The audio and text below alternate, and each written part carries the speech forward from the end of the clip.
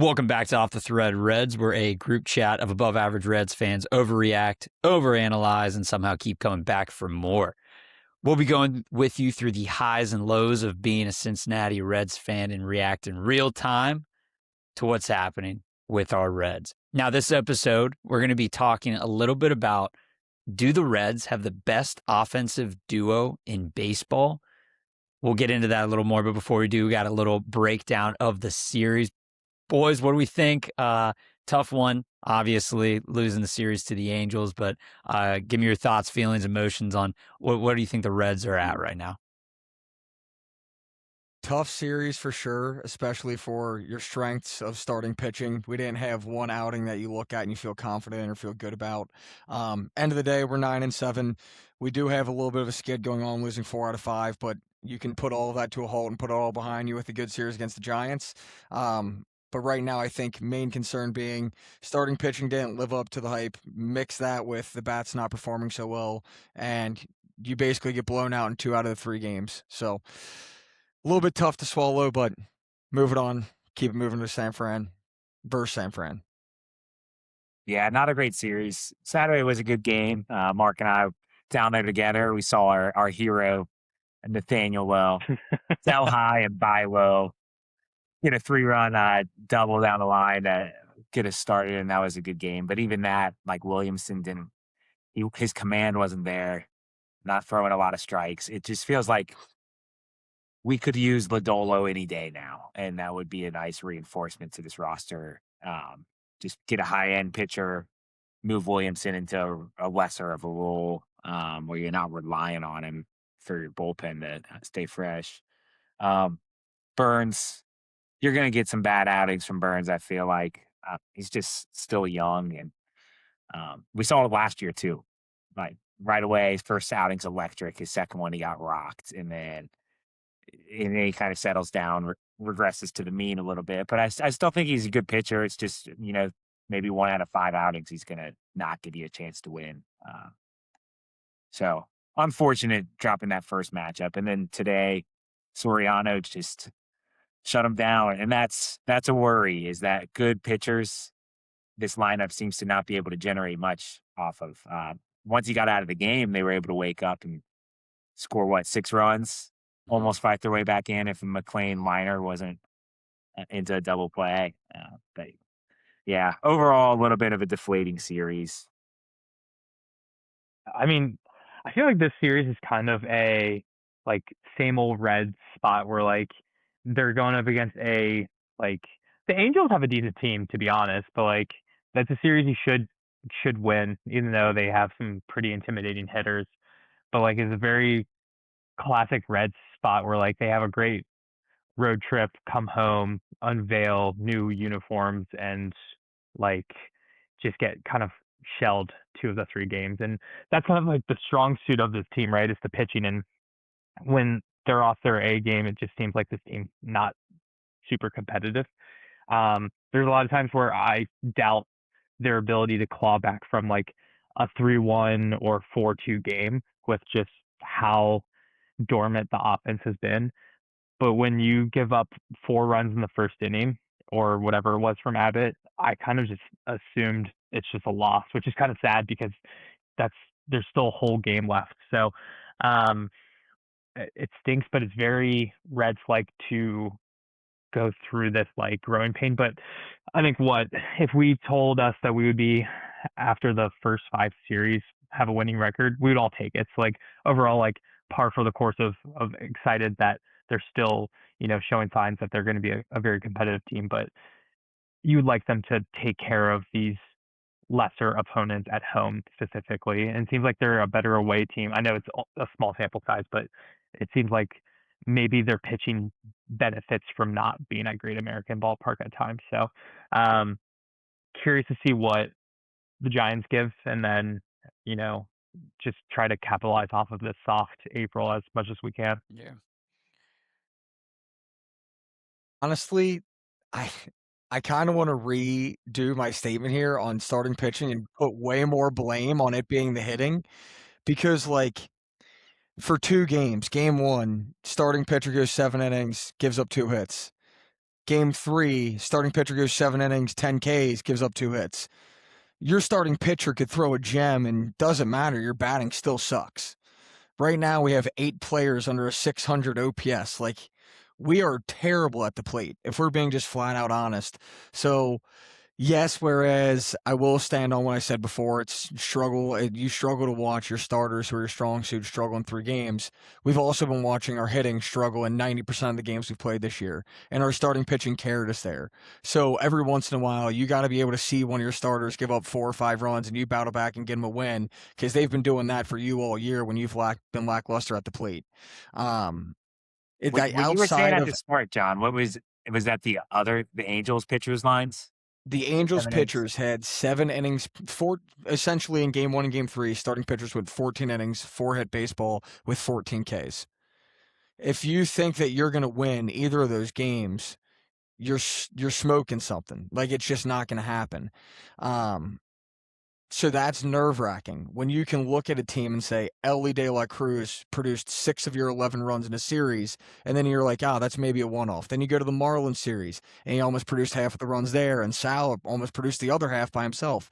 It's just, it can't consistently be just 2 guys being your entire offensive, and you lean on such strong pitching. It can't continue that way, or else we're not sniffing playoffs. Yeah, I mean, I agree with that. I'm also happy that Mark brought up kind of the zoom out, big picture, sitting here 9-7 after 2.5 weeks. I think we all would take that. There's going to be a lot of ups and downs with this roster, and They're gonna have stretches where, like we said, they're gonna look awesome, sweep a team at an away series, and then drop a couple here and there. It just, I don't know. There's some, I think, parts that the starting pitching does deserve a little more grace because they're the reason why we have 9 wins more than the offense. So, Yeah. I think we could probably spend a lot more time on people that we're more concerned about from like a hitting standpoint in the lineup versus like trying to talk through starting pitching letting us down. And I know that's not what we're talking about, but like just overall to recap, it felt like starting pitching let us down at least this series. Yeah. I feel like the start to this season, obviously, our starting pitching and just, started out hot. But I think what we're showing is signs of a very bad baseball team. And like, I'm leaning more towards, I think I'm more worried now about the Reds because you can't have okay starting pitching and not be able to hit as well. I mean, that's recipe for disaster. That's a below 500 baseball team. So I don't know. I'm hoping one or the other kind of gets better. I think our starting pitching is going to be our strong suit. So I think I think this series was an anomaly. I think they'll kind of be a lot better in the future. I am worried about our lineup though. I mean, John, you hit on it. The run producing is coming from 2 people. You can't have that all season. So I'm curious what it ends up. But again, just a recap of the series, Reds lost the series. We only got 1 game on Saturday. Key performers, I mean, Ellie De La Cruz was unreal. Ellie De La Cruz is, I think Joey was talking with it, or John was talking about this. He's about to be a 50-50 player if he keeps this up, which obviously he won't, but that would be insane. And then I will say there has been sparks. Our bullpen's still awesome. If you look at our stats just for high leverage or just like the guys we want to see, our bullpen pitchers have been lights out. So that's another thing that's kind of keeping us in those close games. But any final thoughts before we kind of move on to our episode segment? Yeah, I mean, I was just gonna say, it's not a great series, and you're in a bad stretch. You lose 4 out of 5, but you avoided getting swept, and that's how this team found their way in the playoffs last year. Was they just avoided getting swept? They really didn't play that great of baseball, maybe at any point last year, but they found their way in the playoffs just because they avoided having disastrous stretches. So yeah, it wasn't a good series, but I don't know. I don't think it's an end of the world series. Yeah, I kind of want to stick on it just for a second longer on just like some of the offensive struggles you do see, but also kind of, I think, a rounding out of a possible lineup. Looking at the lineup today, I really liked the move of Suarez playing third and giving a little bit up on the defensive end to put Lowe at the DH. I think Lowe's swinging the stick pretty well, and when he hasn't been swinging well, he had 4 bats and had 3 walks. So he's getting on base and giving you opportunities in that regard. And I'm not saying give Ke'Bryan Hayes the pine. Like, he's a great defensive player. No matter how big of a black hole he is on offense, he deserves to play some of those days on defense. However, if we're looking to produce offensively, I do think giving up a little bit on the defense and putting Suarez more at third base and out of that DH role and opening it up to another player like a Lowe or Marte, you're not in right field today, you'd play DH. Like, I think that gives you a better opportunity to put up runs than having Ke'Bryan Hayes in there as often as he has been. Just wanted to get your guys' thoughts on what you thought about the lineup today or how you see it rounding out as we continue to watch the offensive performances we have been. Do you think the pitchers like pitch with any more confidence when Hayes is behind them? Like, I'm genuinely curious. Or do you think it's just they're throwing their stuff and Abbott just got rocked? I personally don't think that like just that one player is going to elevate your confidence as much. I get what you're saying. Like, if you have the hot corner protected, you're going to feel pretty good about some pitches and where you can locate them, right? But at the same time, if I tell you, hey, I can play Ke'Bryan Hayes, he's not going to get a single hit for you as your starting pitcher, won't produce a run, but we can maybe get some run production for you if we put someone else in there. Yeah, They might take that. He's playing terrible. He's giving you nothing on the offensive side right now, but which is the tough part. He's still better than a total zero usually. I'd agree with that. Yeah. His defensive side of the ball, like I had said, like, he's so good defensively that you have to give him adequate playing time. I just don't think playing him like as your everyday third baseman is as smart if he's going to be this bad offensively. Yeah. Right? I mean, I would still do it though if he gets back to his, career. He's got to bounce back. Like, he can't bat like .075. Like, he's not even batting like 100. Like, and there are a lot of good players in the MLB who are like, we're 2.5 weeks in, and that's what their lines look like. Right yeah, but I agree. I think I think you can only survive with so many liabilities from like a batting standpoint. If like Marte like needs a tennis racket out there, and you have Ke'Bryan Hayes who's not doing anything other than just slightly elevating the ball to like mid right field, and then you have Friedel who, I mean, me and Joey were sitting right in prime time foul ball territory, and every time TJ Friedel came up, that's the time where we just stopped watching the game. We were fine. The closest ball look I think away that from, came. Look away from home. We were all just chit chatting when Friedel was up because we didn't have to worry about a 70-mile-per-hour grounder coming our way. So I don't know. I think you have to like the creativity that Francona has from developing the lineup. I think needs to start to like take into effect like who you can't like mix with like all together. And I don't know. I think he's still like figuring out who's got a good feel for the game this early on. So I know you can't call on everyone, but hopefully you stop mixing a lot of liabilities together.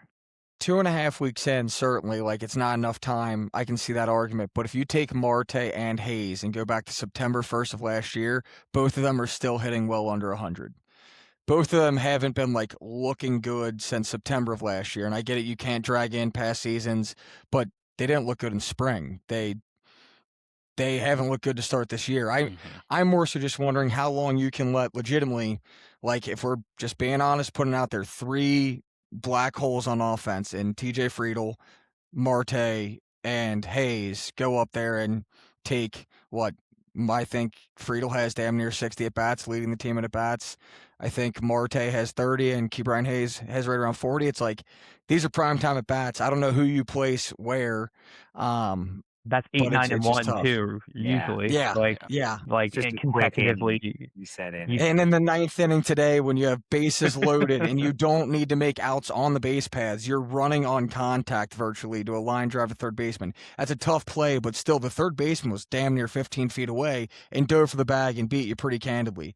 So, like, what are you doing on third base daydreaming in a situation like that? And of course, the very next pitch, Ellie De La Cruz takes for a 3-run bomb. Would we have won the game either way? No, but that's a run that cost you either way if you didn't win or you did win.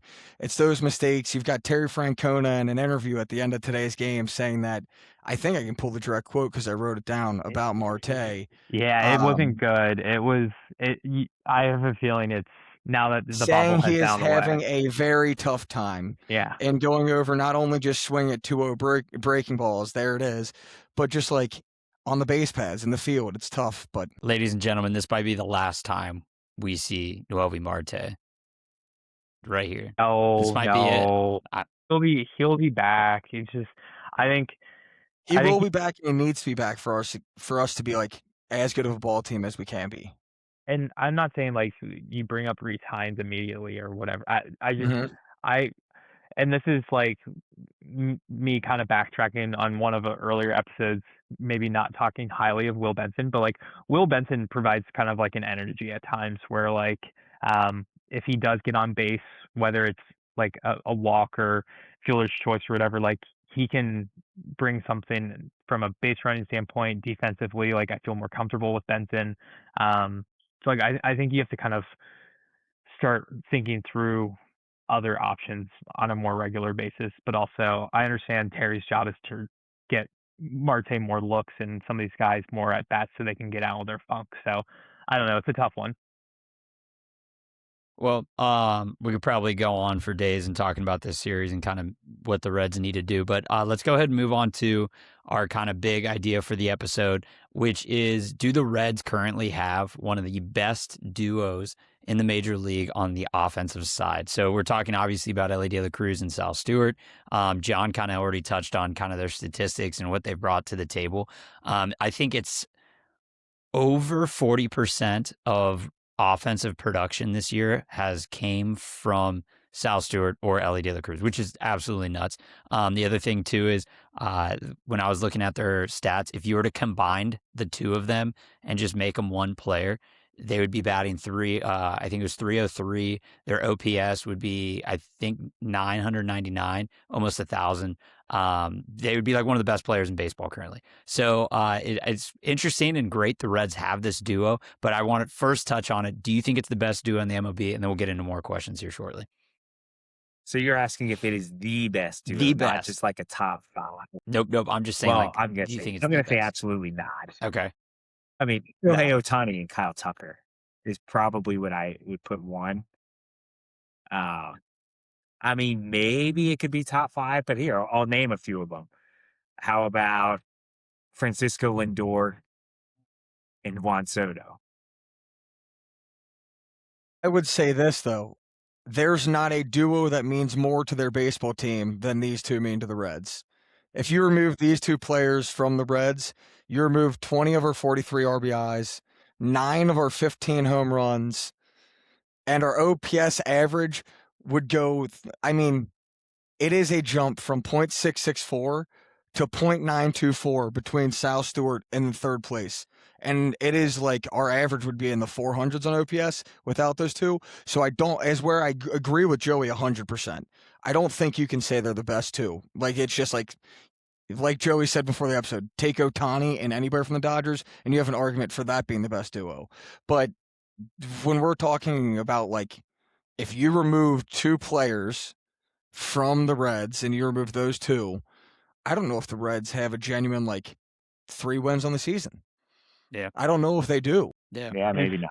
But also, like, whenever Aaron Judge gets hurt, the Yankees go on like a massive skid. So you could 100%. Bellinger too. Yeah. Is this an indication on how good Ellie and Sal are, or how bad the rest of the Reds are? I feel like that's more. Like you can also, yes, they're great. Like they're playing really, really good baseball, but also too, like to your point, John, you remove them, you still have 7 other players that are contributing essentially nothing. It's like the concept. So like that's the making of like a bad baseball team if you're reliant just solely on these 2 players, and if they start going cold, which by the rule of laws of averages, they're going to have to cool down at some point, you'd think. I don't know. I just did some quick math that I think is funny. total bases that the Reds have this year, 165. Sal Stewart and Ellie De La Cruz are 43% of our total bases this year. See, that's scary. I mean, that's great. That's like really they're scary. Like when you look at the numbers, it's like, I'm dead serious. If you could go through game by game, those games where we won 2 runs, I think the majority of them were like Ellie and Sal being the ones either driving in the runs or scoring the runs. Okay. Who's third? Is Gino number 3? Are you talking about by OPS? I would say if you're talking about third most important to the team right now, yes, it's Gino with 20 total bases, 13 hits, and some he's walks. driven in. Yeah, he's driven in 8 RBIs. If you remove, even funnier, if you remove Sal, Ellie, and Gino, we only have 13 RBIs as a team. What about removing McLean from that too? You have 10 RBIs as a team. And if you remove Lowe and you remove Steer, you have 1 RBI as a team. So like, that sounds like a lot of players, but that means Dane Myers, Pete, and we know that RBI there. Marte, Hayes, Trevino. That's crazy. That's tough, crazy. Man. All right, so John kind of hit on the next one, which was going to say, is there a duo in baseball that means more to their team than Ellie De La Cruz and Sal Stewart? And I know, again, like Joe, you brought up a great one. Like, I think Francisco Lindor and Juan Soto make the Mets, so obviously they're what the team is. But just thinking from a success standpoint this year specifically, not past success, not stardom for Lindor and all them. I'm talking about specifically just this year. Is there another duo in baseball that has affected their team as much as Ellie De La Cruz and Sal Stewart has? So far this year, I don't know if I know the duo numbers off the top of my head, but I would say another one that I think is extremely important to their team and probably a slightly better duo would be Ketel Marte and Corbin Carroll. Yeah. I was thinking like Acuna and Olsen, or like even like Harper and Schwarber, like from the Philly standpoint too, like bringing so much. I know they're getting older too, but like I always feel like Schwarber's always hitting the home run, and Harper's kind of the soul of that Phillies team. Yeah, I mean, I do feel like the Phillies kind of have a little bit more other balance though with Trey Turner and they have Marsh, and like those guys are definitely doing a lot more than Spencer is right now. I mean, Pittsburgh from like O'Neal Cruz is killing it too. Like, and I mean, you could probably look at. You mean the first place? I mean, we're not Pittsburgh Pirates. Brandon Lau. Yeah. Yeah. So, okay, my last and final kind of like thought or question about this. How long do you think these two, Ellie De La Cruz and Sal Stewart, can keep this up? Do you think reality is going to hit Sal Stewart in the face and the league's going to figure him out and start, pitching around him? Do you think Ellie's not going to be given chances because the team around him just isn't equipped, meaning no one's going to be on base when he comes up to bat, or he doesn't get the opportunities to hit a game-winning home run because they're down 5? So do you think that they're going to be able to keep it up throughout this whole season? I'll ride the optimism. I think so, mostly because Ellie De La Cruz's bat approach to me has improved so much to where it's not trying to pull it every time. He's cool with slap singles. He's cool with going the opposite way. Sal Stewart looks so mature for his age. Maybe this year they figure him out right because he's still so young, but I think he's going to be must-watch TV for the Reds for however many years we have him for control. And honestly, I'm hoping that they do some sort of Connor Griffin. Let's offer him whatever to keep him down here for as many years as we can. But I'd like to think that, yeah, it's going to be hard for Sal Stewart to keep up 309 with a 1.03 OPS, but I think relatively he's still going to be a very above average player. And I think him, Ellie, are going to be the two locomotives to our offense for a while. His approach to House is so, and we were talking about this at the game, Joey, like just it's so good. Like he's very patient. He has 10 strikeouts, which is tied with Will Benson and Marte and Stevenson, who don't play every day, which is just crazy. Like Benson plays every 3 games or so, and the fact that they are tied with 10 strikeouts just like speaks to like not to down Benson, but just to lift up Stewart. Like he's just so good from a plate discipline standpoint. An RBI for every strikeout right now. Yeah, right. So Crazy. 3 stolen bases too, which is fun. But yeah, you kind of have to hope that like McLean, Suarez, like kind of start picking it up. We've seen flashes from Spencer Steer that he's going to start to kind of figure out, hopefully. But I don't know. They kind of have to start picking up pieces here soon. I mean, I think you could argue that by mid-season, by like the All-Star break, that it could be seen widely as a top 10 duo, though. I think that's reasonable. And they could be the two that we're sending to the All-Star game. I think that's probable at this point. Yeah. Yeah. All right. So that's really all I got for the best duo. It is really fun seeing the Reds have 2 players like this because, I mean, they can change a game in a matter of 2 at-bats, right? So curious just how they keep going and excited. Hopefully the Reds, though, kind of get right against the Giants, take advantage of a team that's a little down this year, is able to kind of do so. But let's go ahead and get into our thread segments here. We got Caps Corner, excited for this one. We got some visuals. So if you are currently audio only, I'll try and switch over to the video portion so you can kind of see what we're talking about. But John, go ahead and take it away. So this is going to be, I don't think it's going to be hard for us to guess. I think you guys might go 5 for 5 here. Having said that, this was going to be a West Side ramp, but I didn't want to make it that way without the visuals to back up how bad our outfield has been. So we'll start with this before I introduce what exactly we're going to be looking at and doing here. The Reds outfield has 6 extra base hits on the season out of 187 at-bats with 57 strikeouts and 7 RBIs. That outfield's not going to win you many games. Having said that, what I've done is I've gone to Baseball Savant, much like last time, except this time it is their 2026 Reds outfielder hit spray chart. So it's every hit that they've had, and you were to guess the player. The Reds outfielders, obviously, you got Dane Myers, TJ Friedl, Spencer Steer, Marte, and Benson. You're supposed to guess which player matches each hit chart. So if we are on slide 10, fellas, starting from the left, who do we think, whose hit chart is that? Can I start on slide 11? Because those are kind of. Can we back into it? Yeah, I want to back into it with Joey. All right. 11s Because funny. it's hilarious, right? If you look at 11, and do you want to start far right so we can all have one correct to start? Yeah. Well, on far right, because I think far left we know, right? Okay, I think far left. far left is Marte, right? Yeah, Marte, because he has like 3 hits and 2 that of them one were around third base could easily be an error. Yeah. Okay. That was the one on the recording. That was the one that John announced on air so eloquently for all the viewers. Yeah, and then the one on the right has to be TJ Friedl because of all the bunts. Yes. Okay. Yeah. So we're starting 2 for 2. Okay, cool. If you can see how bad of an issue that is, that's 2 players that have taken up 90 of your at-bats. You got one ball out of the infield there. Out of 2 guys. Don't worry about J.J. Bleday and Reese Hines tearing it up in AAA. We can watch this for another 20 games, fellas. Yep. So let's go back to the top chart. Okay. We'll start. You guys tell me where you want to go. On the far right is the one guy who's hit a home run. Spencer Steer. Spencer Steer. Yep. Spencer Steer, I would say, if you're objectively talking just the plate, has brought the most from the outfield, and there's no question about it. But man, can he not go opposite field? It's bad. It is a concern when you start looking at this, yeah. So bring us to the middle here. That's Willie B. That's Will Benson. Willie B. Hit it down the line. Rounding us out on the left-hand side being Dane Myers. 5 for 5.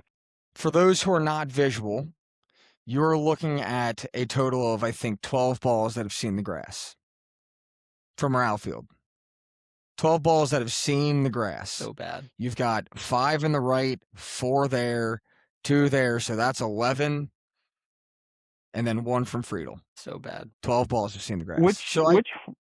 Which visual is the most alarming to you, John? I gotta think Friedl. Slide 11. Slide 11. I'm trying not to bait you the best that I can, but I've just can't help myself. I mean, you could say either one on slide 11 is as concerning as the other to me. Neither of them are fantastic. Especially because Marte has this like pedigree of like a prospect standpoint, and then like if I took batting practice as like part of like my season ticket package, and they said, all right, like how'd you do? TJ Friedl's is probably like what I would be looking at. Correct. And you might have a higher average exit velo than his. And maybe one like pop up slightly into the outfield because I'm really late on one pitch. But yeah, that essentially if you're like, it was it Mark or TJ Friedel doing batting practice, that's an alarming one. So there is a barrels category on Baseball Savant. Okay, that is the amount of times that you barreled up and squared up a baseball. For those who are not listening or have never seen Baseball Savant, Dane Myers 0, TJ Friedel 0, Noelvi Marte 0, Spencer Steer 6, Will Benson 1.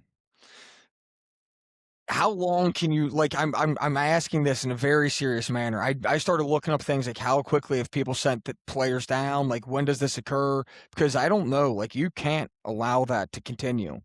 I'd much rather, and it's not even a negative aspect. I believe Mark said earlier, like we want to make sure that Marte gets more looks to get out of the funk. It's not good to have to waste this much time. I'd much rather see him get AAA looks, and I know it's not against the same pitching, but at least he's getting everyday at bats at that point. But yeah, But it's then what if what if Hines and Blade come up though and they stop getting everyday at bats and then that cools them off too? Yeah. I don't think you're going to be any worse than what I'm seeing on slide 11. Yeah. That's my thing. And if you're looking at it from a defensive standpoint, both of those are plus defenders over both Marte and Friedel. And that was after Friedel's robbed home run, which was awesome for what it's worth. But So I think that ball was like, I feel like he almost took the ball over the wall as he caught it. It was not over the wall by more than like 2 inches. we're to the point where we're not trying to give any compliments. We're trying to downgrade his home run robbery. Oh, yeah. It was basically a grounder in I mean, center it would field. have looked better if he wasn't so short. so. John, Okay, what do you I do think from a day-to-day standpoint?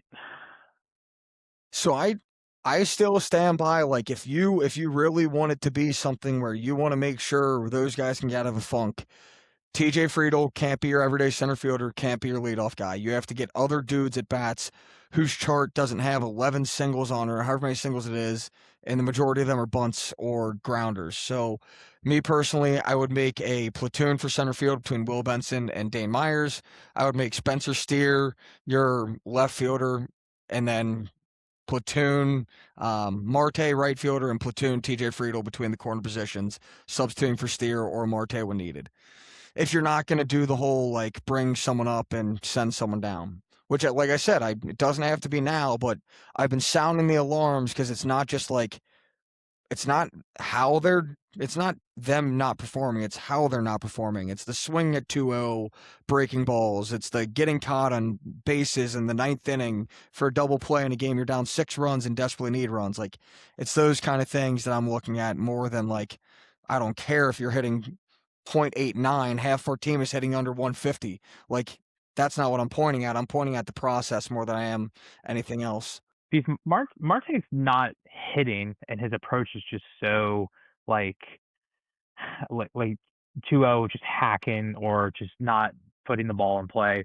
I think Friedel is more alarming because he is slowly putting the ball in play, but how he's doing it is not like I think why he's not excelling is for scarier reasons, and that might be age or just performance based. And I think Marte's just younger and just not, I think he wants to do well, and I think he's digging himself a deeper hole by his approach at times. How many at bats does Friedel have? Friedel has 59 at bats, one shy of 60, second most on the team outside of Ellie. Third most outside of Matt McLean and Ellie. Sorry. And this hit chart is that where the ball's like touched the ground for the first time? I believe that's where the I know ball has Marte's hit been yesterday. He picked up did hit just like a grounder through the hole on the right side. I believe you have it correct. It's like where the ball's trajectory was going or where it was picked up. I can't even remember what it was specifically, but I was so enamored with how bad they looked that I had to put them for other people to see. So what are your guys' thoughts? Like, do you think this is the drawback of having a platoon outfield or a forced platoon outfield that's very, very just average? Like, usually when you platoon guys, it's because this dude rakes against right-handed pitching. Like, you know what I mean? Like, Right. his OPS is 1,000 against righties. He's a That's why you're lefty platooning. specialist. Yeah, right. Yeah. None of these guys Yeah. have. You could argue Dane Myers in his career has had that, but Mhm. none of these guys are like killers when it comes to platoon. Like, They're just mediocre ball players. yeah. So why are you I'll say, platoon? Yeah. Is it because they're lazy and are playing the poor card instead of investing into like an actual like corner outfielder that they can slide into an actual spot day in and day out?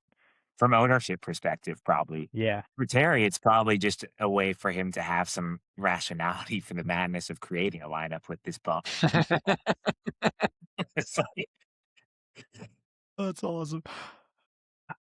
I mean, they they're a team limited in funds and thought we'll recycle the same players and hope that some of them excel. And you moved a traditional infielder in Marte into outfield. And same thing with Steers. Like Steers not a natural outfielder, and just hoping that they pick it up and they live up to the potential. And it's just not going that well. the thing is, even if you got Kyle Schwarber, you still have this exact same problem, though, unless you're putting No Schwarber doubt. in the field. And Schwarber is a worse fielder than Noelfi Marte, even in the Mhm. outfield. He's I think when we all, I can't remember exactly, but like before podcast started, when I had previous conversations about the Reds and we talked about bringing in a bat, I always thought that we would shoot for an outfield bat because like I thought clearly that's where we needed the most production increase. So when we got Suarez, although I was like, Reds reunion, this is awesome, we did get a bat. It's like you still have to rotate 5 mediocre outfielders and you have to fill that void in some regard. Yeah. yeah. How's Riley Green performing? I haven't even looked. I looked at Luis Robert Jr. because that was a name that I know everybody talked about, and he's hitting like 350 with a bunch of bombs for the Mets. Do you have Riley Green's numbers in front of you? Is that why you had said it? Yeah, he's batting 250, 714 OPS. That would be the best of our outfield group. So Yeah. he'd be the leading out. Does he have any homers? He's got 10 RBIs. Yeah, dude. I mean, he would not He's a just great be American, leading our too. outfield. He would be the outfielder king. He'd be the shining star compared to what we have currently. Bobblehead already. Yeah, 100%. So with that said, we can move forward. I mean, I will give one last update.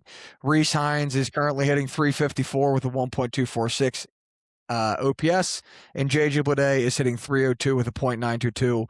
Both of those players have 2 and 5 home runs respectively, and 16 and 9 RBIs respectively. How is Hines weak this? Because I know his numbers were. So he high came or back higher than this that. week. Let me get my game log pull up. And from April 9th through April 12th, he has had 4 hits out of 9 or 8 at bats, 1 home run and 2 RBIs. So still producing, has 4 walks in that span as well, or 5 walks in that span. Like, I don't know. Tough to look at that kind of production and then look at ours and not think you could not give something a try. Like, what's the worst that's going to happen by trying something? You cannot get worse, in my You opinion. lose an option. That's Yeah. probably it. Yeah. Right? That's it. Hey, the Reds organization and the Louisville Bats did us dirty because they did not put him in the lineup for, what was that, like a So like- pause. Yeah. Pause. They did not put him in the lineup. I did just find this out so recently. He was attending a funeral and a family matter. So that's why he wasn't in the lineup. But for 2 days, the pod and our thread was buzzing thinking he was coming to Cincinnati. So he was elsewhere, but I thought he was on a plane or bus to Cincy.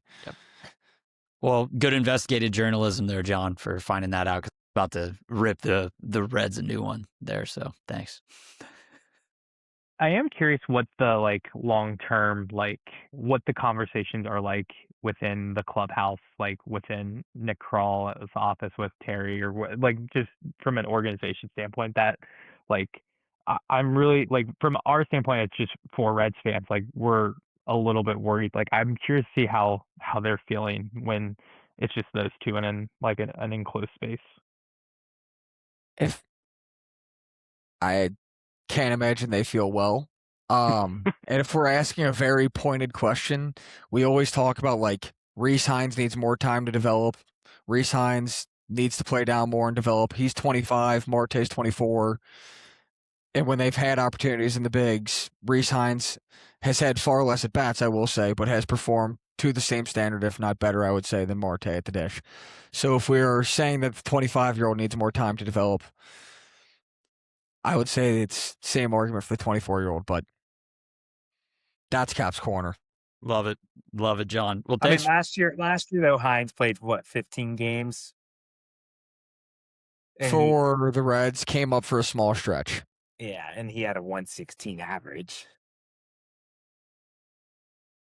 Brian Hayes, he can play third base then. No. Oh no. All right. plays 30.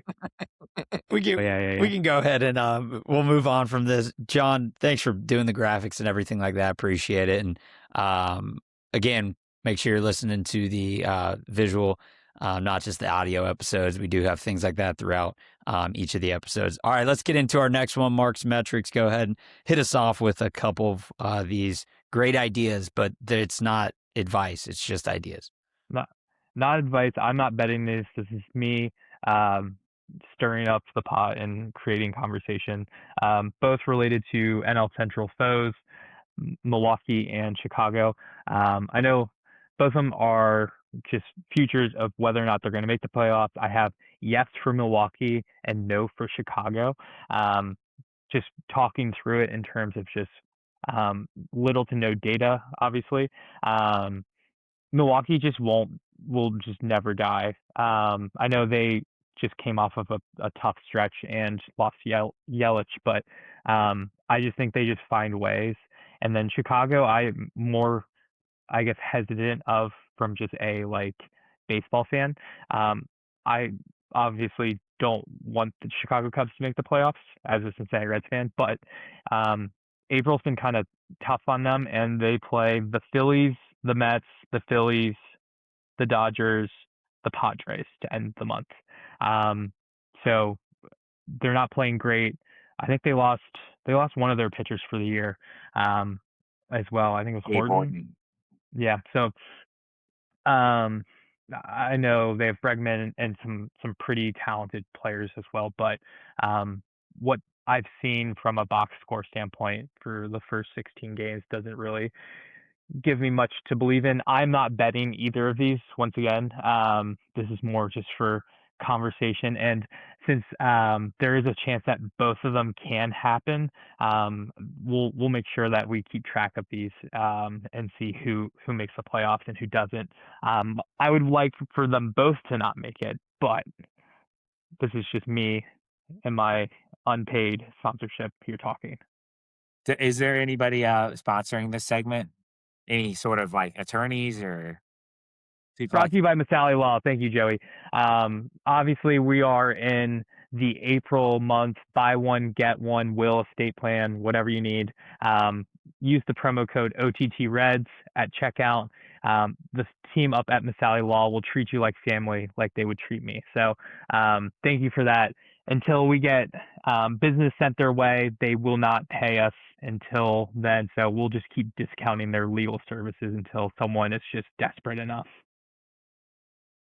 Oh, all right. Well, hey, thanks, Mark. I appreciate it. I kind of like the Cubs missed the playoffs after the first like two series. I kind of saw like, oh wow, the Cubs and then the injury, and then I didn't even know their month of April. Like that's brutal.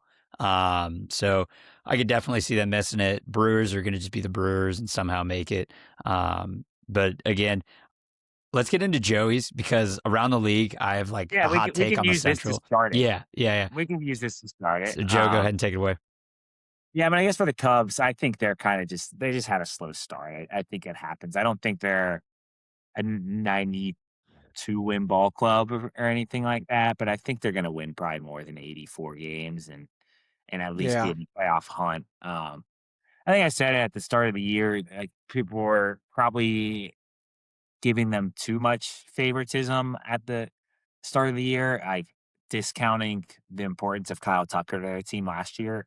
and like bringing in Bregman, people almost seeing like their team got better when like best case Bregman is 90% of what Kyle Tucker is probably in terms of offensive production. I guess from a clubhouse, he might be a little bit more. The pitching though is an issue for them. That's why they got eliminated from the playoffs last year. Yeah. Huge issue. The only thing that I would want more time, I wouldn't take this bet right now, although it's at fantastic odds. The Cubs getting Suzuki back, I like to see how that's going to play for them in the long run. It definitely bolsters their team and defense. And I'll say this, the Brewers definitely had a skid. Joey, you had brought it up to me. I didn't even know how many they had lost out of the past 5 or 6, whatever you had said. I think Missing 5 straight. Yelich, 5 straight, like Yelich is a blow, like a big blow to that team.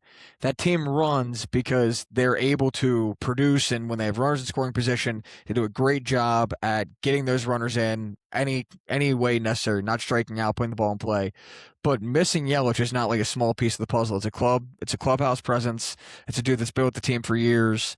And honestly, it's a huge offensive production. So on both of these, think that they are good bets, but not the right time for me because I think Suzuki could be a big performer for the Cubs and could not swing their entire season. They still have to get behind their pitching problems, but the Brewers losing Yelich, I do think that is a huge swing in their season. The Brewers have given up 8 runs in all 5 of those losses in a row. Their pitching. Do you know is it their starters or bullpen? I can go look. You go. I think a little bit of both. Wait, no, never mind. Insane. Never mind. That was I was looking at the wrong number there. They haven't given up 8 runs. No, okay. They've been stuck at the 8-win number the entire time. So that makes a lot of sense, actually. I do think Chicago is more, I feel like, more likely to be aggressive at the deadline, whereas Milwaukee will not. Like, they're very, like, middle market team that will just kind of hope that, like, Yelich coming back would give them a boost. They'll make some small deals. Would do. You know, they'll always make small deals. Yeah, there was also a play. Did you see their first baseman? So Kyle Harrison was like covering the bag. I think he's their 4th or 5th starter. And it's like probably a 8-foot toss, like should be an underhand toss. The first baseman just chucks it and probably throws it like 50, 70 miles, probably like 70 miles per hour right at his knee. So yes. He has a knee contusion, get an MRI. It's like dude has like 10 feet to pick up that like 70 mile per hour fastball he just threw. They like, was it yesterday where the Nationals bunted like 3 times on them in the 9th or something? It probably, let's see, was it?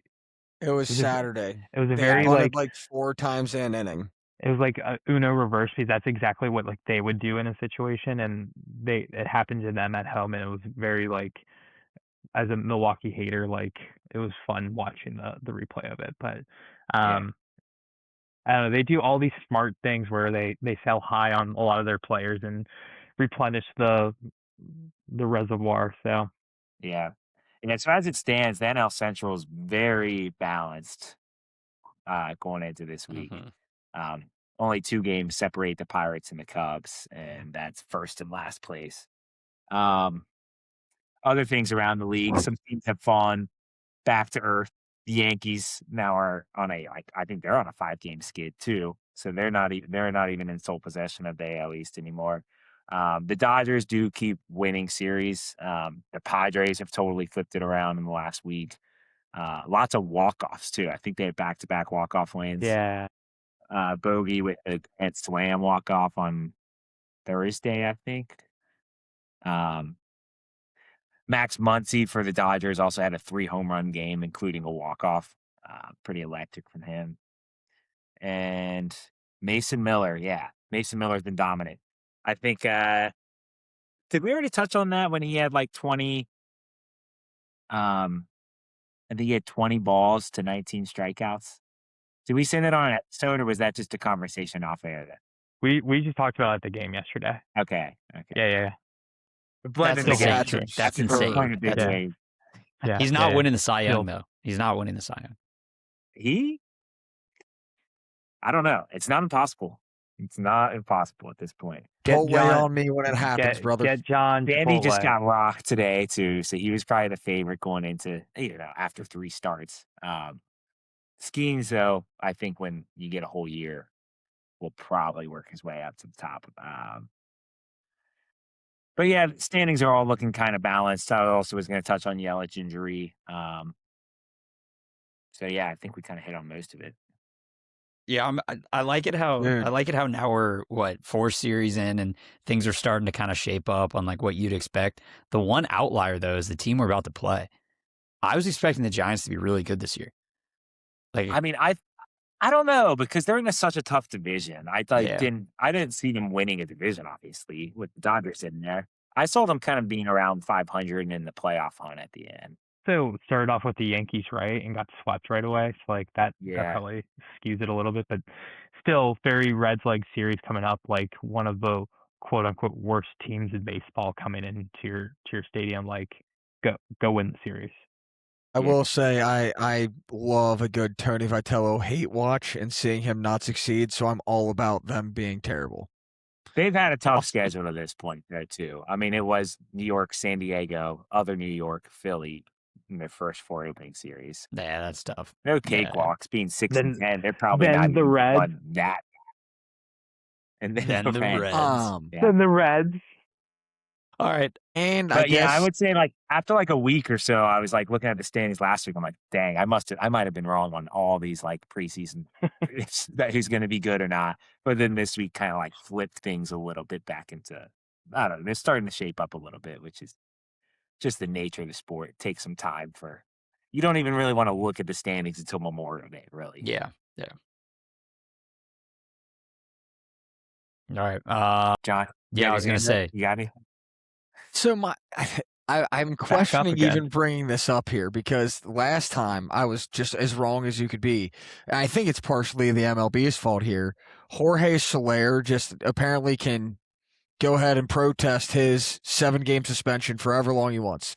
MLB is never going to come to a resolution. The pitcher, that Lopez for the Braves, he got his answer on his suspension when he appealed it within 2 days. Soler, still nothing. So I bring you caution when I say this, but to my knowledge, Luis Arias is going to be a question mark if he's playing or not with his hand injury, I believe. Yeah, I think For the Giants. he got hit in the hand. Yeah. So that's the only thing I was going to say also around the league because it was pertinent to us playing the Giants coming up. But take that with a grain of salt because I was as wrong as you could be when it came to Soler. Yeah. All right. Also, actually, I think the Braves might be kind of a wagon. They're on the background for me right now, and they're up 9-1 on the Guardians. And I don't know what the heck happened with them last year, how they ended up so bad for a year, but they're a good franchise, and I think they'll be a good team this year. Yeah. Braves are always good. They're always going to be good at baseball. All right, so let's go ahead and move on to our fan thread question. This one's actually related to a lot what we've talked about. So first off, John, it kind of piggybacks off of like your thread, which is great. But the question here is, do you think the Reds have a plan going forward with our offense? So specifically, or I guess not specifically, it could be any position. It doesn't have to be outfield here.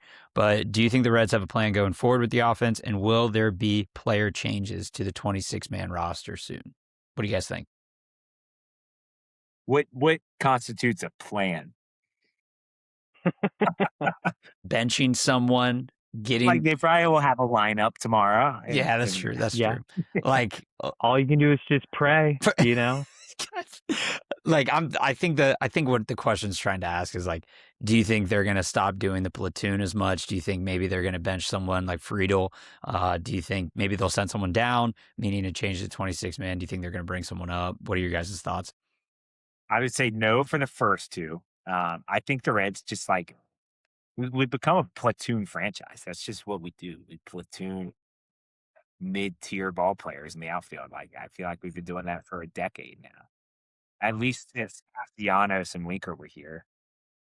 And they started an NL for the NL All-Star team. Right. They're the Cincinnati Platoons.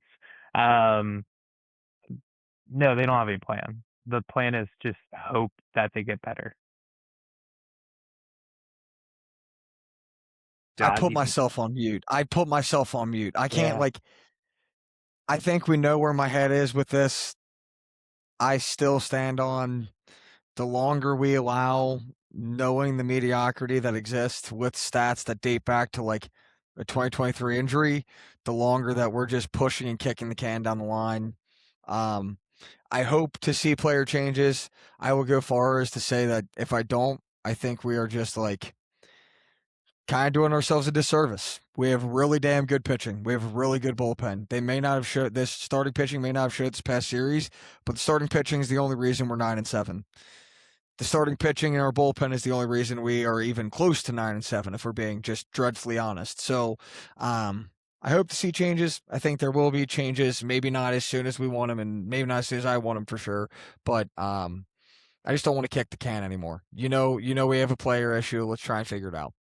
What we were close to, like, to John, your point, like Luis Robert, with the Sox, like we were over the summer, like or the winter, it always seemed like someone would get on like some sort of TV show and talk about him as like a trade piece and be like, the Reds are very interested, and then just kind of died down. Like, I'm curious to see like what, like, obviously he had a couple years where he wasn't playing that well, so maybe the Reds were trying to lowball him, and he's started off the season hot, but like I'm curious to see like how aggressive they were trying to think through like long-term plans too. Mm-hmm. I got to feel like Jerry when we're asking that question, though. Like I'll believe it when I see it if they to go get a bat like Luis Robert right now. right. Yeah. I mean, now I'm sure they won't even make the phone call because the price is tripled or quadrupled probably. So like Yeah. I don't know. It's one of the things where like maybe their conservative nature really kind of backfires. Like, I mean, they're damned if they do, they're damned if they don't. If they make the trade and he doesn't do anything great, everyone's wanting him, like, or they're going to be, cursing Crawl and all that stuff. So I don't know. Did Moustakas break their minds and now they just never want Yeah. I will say final thoughts on my end, just in general. Like, a lot of people are going to bat to try and defend someone that Nick Kroll said needs to show more effort and put in more work. Terry Francona said that he is not doing well at all and got an 80-game suspension for PEDs. Like, if effort's an issue, if your manager's not happy with your approach, like, me as a fan, I'm just taking what our higher ups are quite literally saying to media, and I'm just calling for them to take action on the words that they're speaking to media. So, hope we make some changes. Yep. It's not good as a Reds fan when it's April 12th right now as we record, and you're looking forward to the trade deadline for a corner outfielder. It's not a great way to start the season. So There's a lot of things that will happen before the trade deadline rolls around. They make a big splash trade for a corner outfielder. yeah, we'll see. But John, I thought good words on that. I think this is a bigger issue. I think it's higher up and out of Terry's hands maybe, but there's got to be a change. I mean, this offense can't be rolling it, and watch, they're going to shut us up this series this week and go out of their mind, and everybody's hitting. But we'll kind of see what happens. But let's kind of lead that into our preview for the series. So Reds are taking on the Giants Tuesday, Wednesday, and Thursday this week. We got Brady Singer on the bump. Then we got Rhett Lauder and then Chase Burns. So all of our righties are going to be throwing. The Giants, they're throwing Robbie Ray, which I know you guys have feelings and thoughts on about him pitching against the Reds. We also have homecoming for Tyler Mahle. It'll be cool to kind of see him pitch against the Reds. Curious if we're going to boo him or cheer him on. And lastly, the last one we got is Landon, I'm guessing on this last name, Roop, or I don't know, one of the two. He's a right-handed pitcher as well. So what are your guys' thoughts on the series before we sign out? Here it is.